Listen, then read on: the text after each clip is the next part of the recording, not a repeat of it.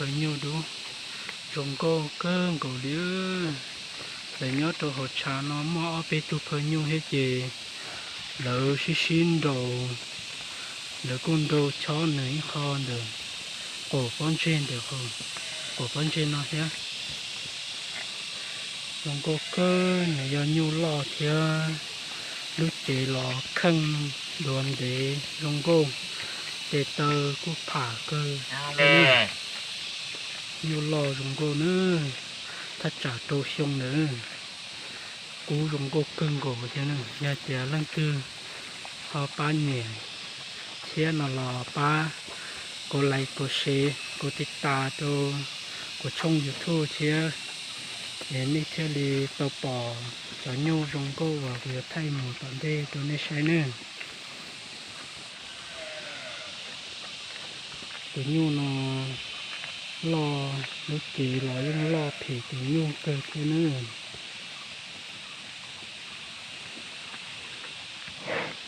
rồng cô cơ rồi thì để xin đồ mà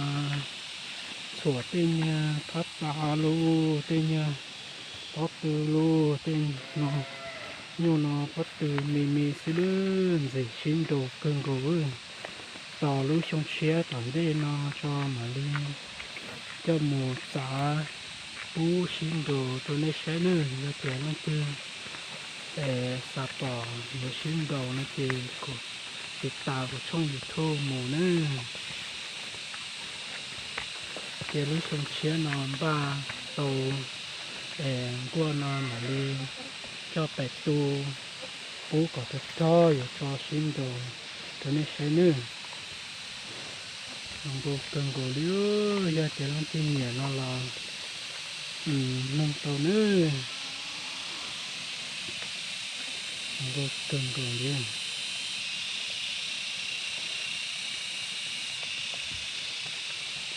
cái ở dưới nữa cú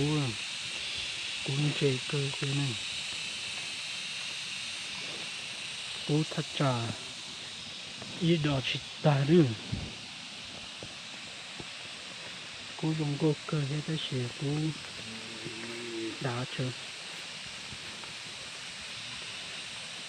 tụi nó mà hết cho mù mà đồ cái xứ đi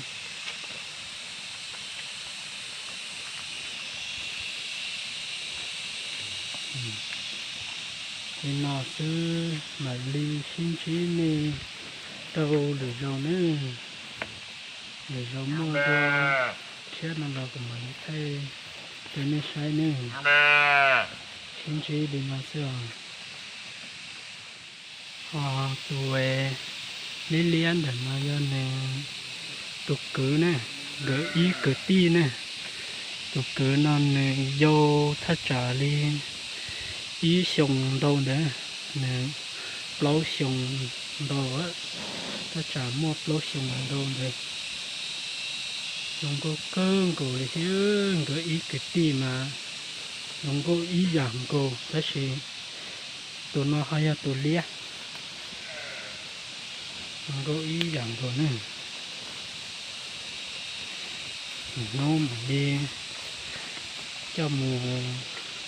xin đồ cho nó xây nữa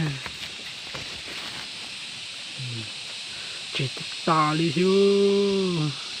dù phải dây mà chú bị play chứ cú dùng cô ý giảm cổ nữa tụi đu here tụi liên nó chỉ cú tí họ ra tí họ cú ra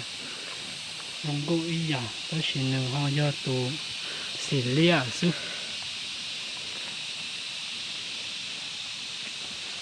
chế lo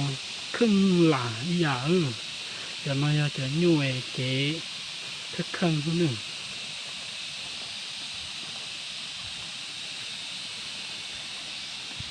dùng có tí giảm cổ đứa áo tơ nào dùng trâu giảm cổ nữa xí xử đi nữa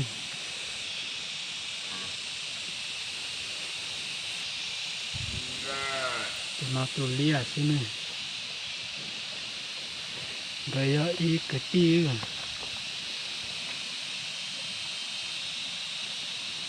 조심해. 조심.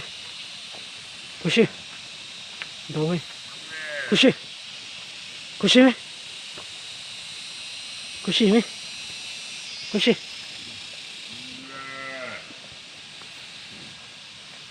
귀여워. 조심.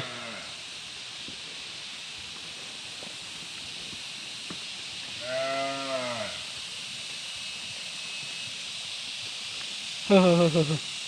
허허허허. 끄끄끄끄끄끄. 허허허. 끄끄끄끄끄. 이거 끄.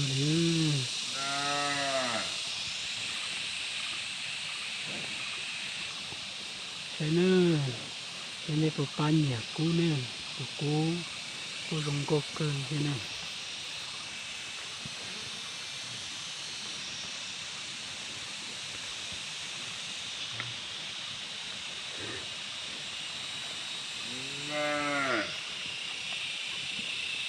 Kuku rongkok ke sini.